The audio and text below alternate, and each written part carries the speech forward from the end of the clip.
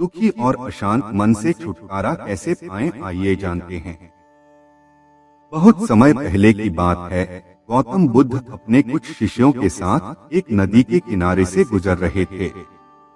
शाम का समय था। डूबता हुआ सूरज अपनी लालिमा से वातावरण को आकर्षक बना रहा था। भी गौतम बुद्ध ने देखा कि छोटे छोटे कुछ बच्चे नदी के किनारे पड़ी गीली मिट्टी से छोटे छोटे घर बनाकर खेल रहे थे। इन छोटे छोटे घरों को बनाते हुए वे बच्चे इतने प्रसन्न दिख रहे थे कि जैसे उन्हें सब कुछ मिल गया हो। अब उन्हें और किसी चीज की आवश्यकता ही नहीं थी। वे अपने घर बनाने के काम में पूरी तरह से तल्लीन थे, उसमें खोए हुए थे। यह दृश्य देखकर महात्मा बुद्ध और उनके शिष्य बच्चों के इस खेल को वहीं खड़े होकर देखने लगे। भी थोड़ी देर बाद अचानक एक बच्चे का पैर दूसरे बच्चे के बनाए हुए घर से टकरा गया और उसके मिट्टी के घर का आकार बिगड़ गया। इस पर वह दूसरा बच्चा चिल्लाया, तुमने यह क्या कर दिया? तुमने मेरा मिट्टी का घर तोड़ दिया। तुम्हें पता है मैंने इसे कितनी मेहनत से बनाया था। आज के बाद तुम मेरे मित्र नहीं हो। तुम्हारी और मेरी मित्रता खत्म। इस पर वह दूसरा बच्चा अपना घर बनाने में लग जाता है।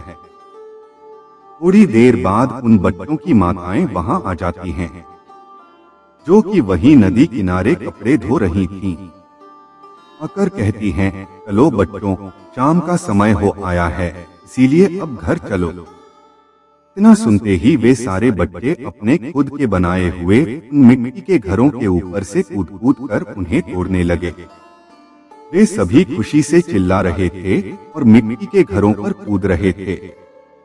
ये वही बच्चे थे जो थोड़ी देर पहले तक मेरा घर तेरा घर कर रहे थे और आपस में लड़ रहे थे। अब उन बच्चों में से किसी को भी इस बात की सुध नहीं थी कि कौन किसका घर तोड़ रहा है या किसने किसका घर तोड़ा था।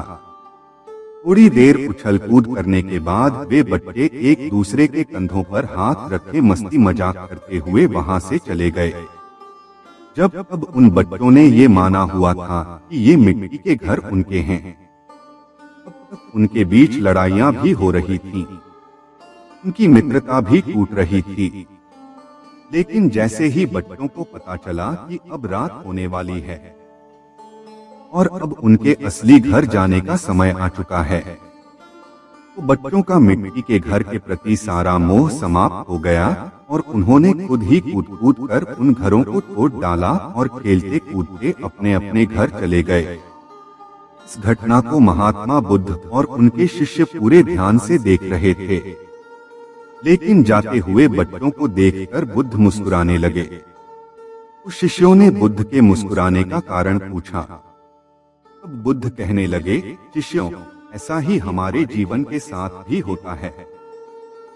जिस इंसान को यह स्पष्ट रूप से दिखाई दे गया कि यहाँ मरना है, रात होनी ही है, आज नहीं तो कल अपने असली घर वापस जाना ही पड़ेगा।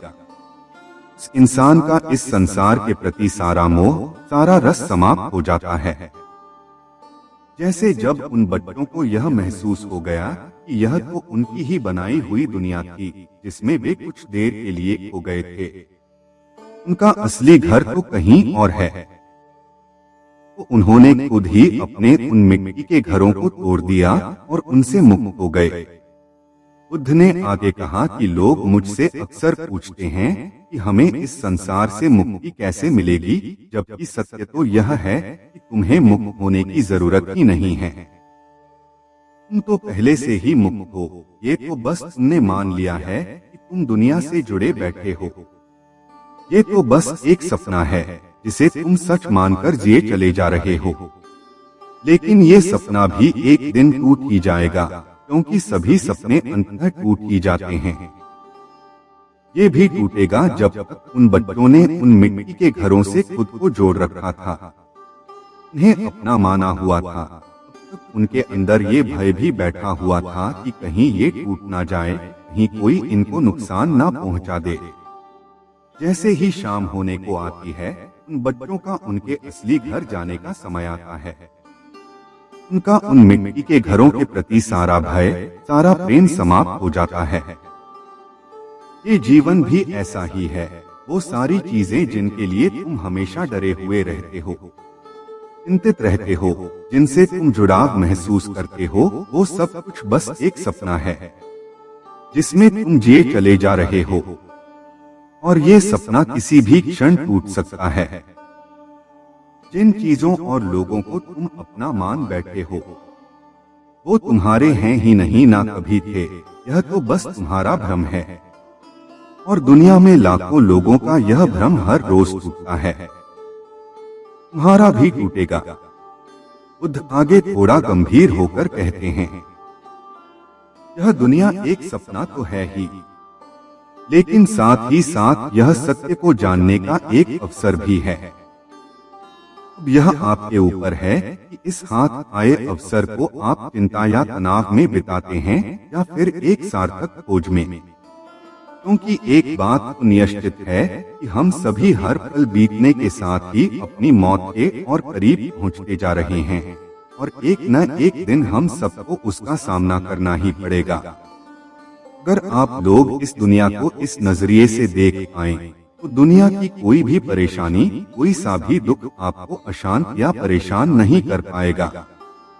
आपके मन के अशांत होने का केवल एक ही कारण है, ये शिष्यों, खुशी उसमें नहीं जो हमें मिलेगा, बल्कि उसमें है जो अभी हमारे पास है। खुशी कुछ करने या न करने से नहीं मिलती, बल्कि खुश रहना तो हमारा स्वभाव है।